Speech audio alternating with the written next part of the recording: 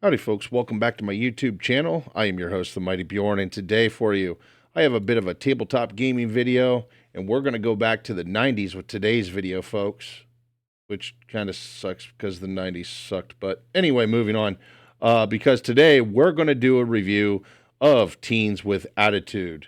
And essentially, this is, well, it's an independent tabletop RPG that is actually powered by the Apocalypse system. And it's actually inspired by a lot of the 90s genre action shows like Power Rangers. And you had VR Troopers, and there was Captain Planet, and there was a bunch of different ones that happened around the same time. And essentially, this is a TTRPG inspired by those. But really quick, folks, I want to do a quick Patreon plug, and I'd like to give a special thank you to my Patreon supporters because actually, because of them, I was able to essentially get Teens with Attitude from DriveThruRPG. Anyway, folks, for anyone who would like to support the channel, like, comment, subscribe, share the videos. That all helps me out, helps gain viewers, helps spreads awareness of the channel, and it kind of bumps me up in the YouTube algorithm. With all that being said, for anyone who wants to provide additional support, there is a link down below in the video description for my Patreon page. Go check it out.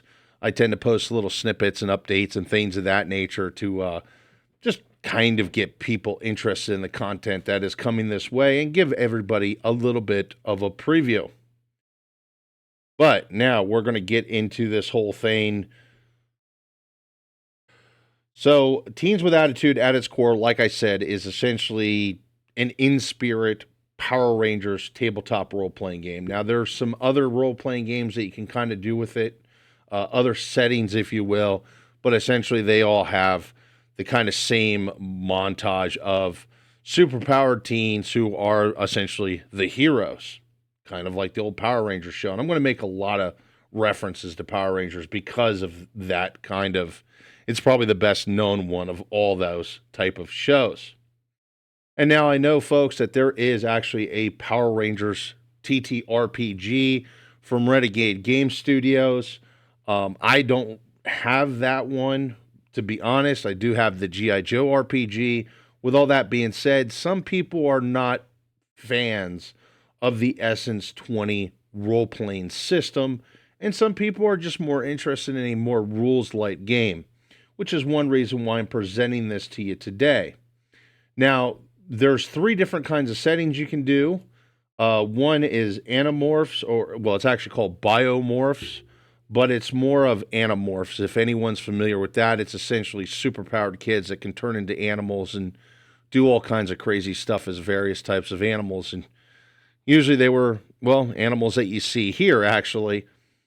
And then another one you can do, which is Elementeers. It's more based on the idea of Captain Planet, where you have essentially teenagers who have power reins that they can use to call on the elements to do different things. But when they combine the reins, essentially you get Captain Planet.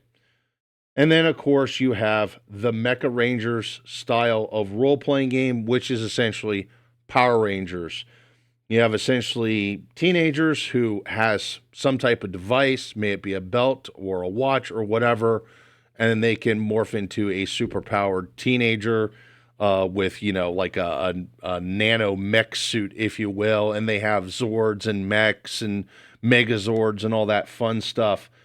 And like I said, that's more of the Power Rangers influenced setting. Now, to play the game, you really don't need much. You actually only need at least a 2d6. I tend to keep an extra couple d6s around because I switch them out from time to time. And you need at least 5 tokens. And the tokens is for your attitude points, which I'll get more into the attitude points here in a bit. But it's a core mechanic of the game, and essentially it's an extremely important mechanic of the game. But with that said, you're only going to need 5 tokens at most.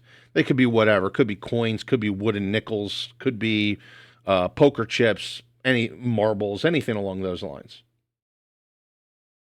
So when going through the creation process, the first thing you're going to do, and of course you're going to have to work with the game master on this, or actually the game master in this game is actually called the producer,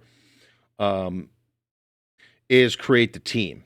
And essentially, it's going to be based on what type of campaign you want to do. If you want to do a more Power Ranger setting, then that's how you're going to create the team. From there, you're going to move on to creating your characters themselves, which is the teens. And then there's actually 6 different archetypes for each type of teenager. There's the outcast, the rebel, the jock, so on. And essentially, these are your character classes. This is going to essentially set up how your character is going to be, what's going to be their abilities, what kind of bonuses to different types of skill rolls they're going to get, etc. Now, in the creation process, there's a couple important features. One thing is what is your teenager's hangout?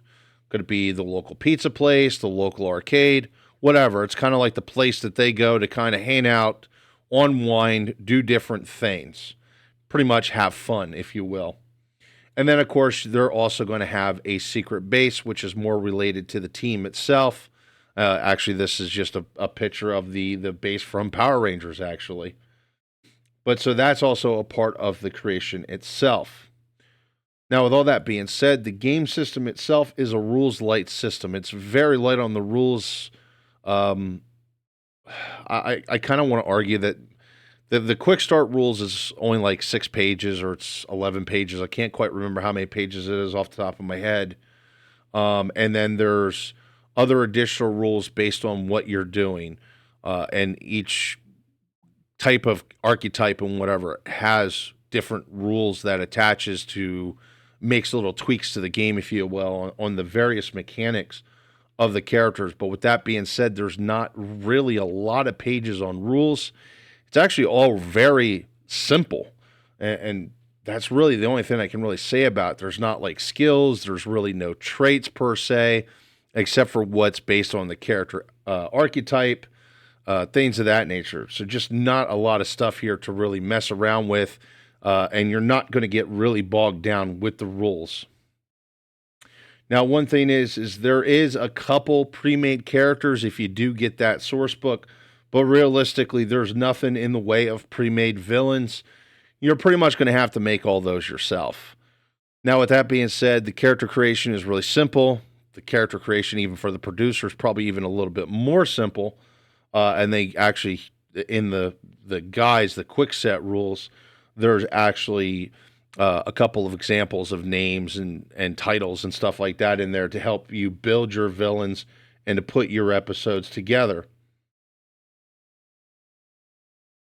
No matter which way you cut it, though, you're going to end up spending time building your own assets, which probably realistically isn't a bad thing, which I'll get into here actually now, because each session is essentially an episode, if you will. Like if you're watching an episode of Power Rangers, that would be a game session. And there's high points and there's low points in the whole 9 yards of how to put this together. And there's information in the books on how to put these episodes together. And essentially there's even an episode checklist. And that actually is what works your advancement. You have to kind of check so many boxes off the checklist for characters to make an advancement. With that being said, because it's episode based, you shouldn't work too far ahead in episodes. So that way it keeps your enemies kind of more in line with the player characters so you can keep it challenging. Now, the next thing is I want to cover is the attitude system, which I think is actually pretty cool. So essentially the attitude system is points that you gain during play, and as you gain these attitude points allow you to essentially use your powers.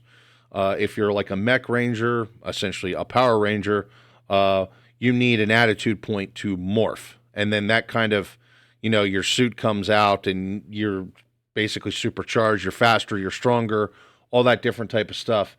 Your attitude points you can use to call in your Zords. With your biomorphs or the Animorphs, it would allow you to transform into an animal. Things of that nature. I think it's actually really well done. It's actually kind of cool that it's based more on your character failing than succeeding. Because if you fail, you get an attitude point. Like if you're doing a skill test and you fail that skill test, you gain an attitude point.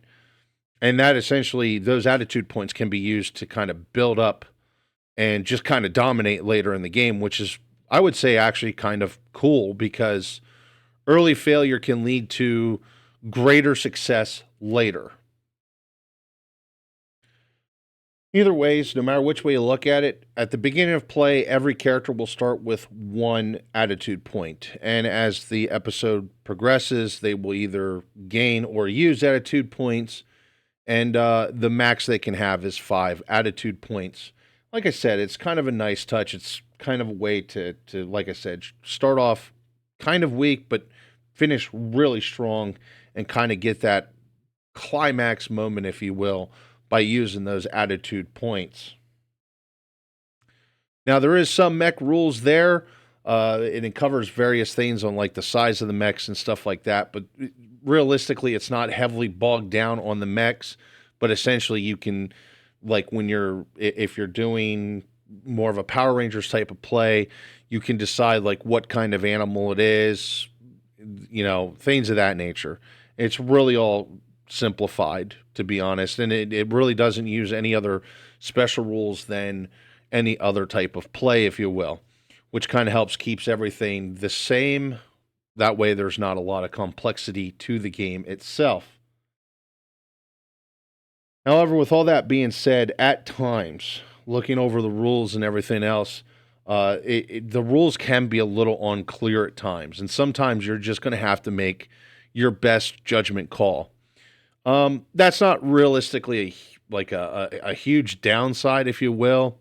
It prevents the game from being bogged down by looking for rules. And basically it just comes down to allows game masters, or in this case, the producer, to essentially just use their own best judgment to make a judgment call. So that way the game flow can keep going quickly and there's not any major hiccups or holdups within the gameplay itself.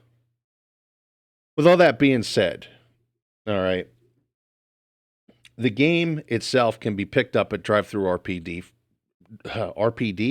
That's a machine gun. RPG, which is bazooka.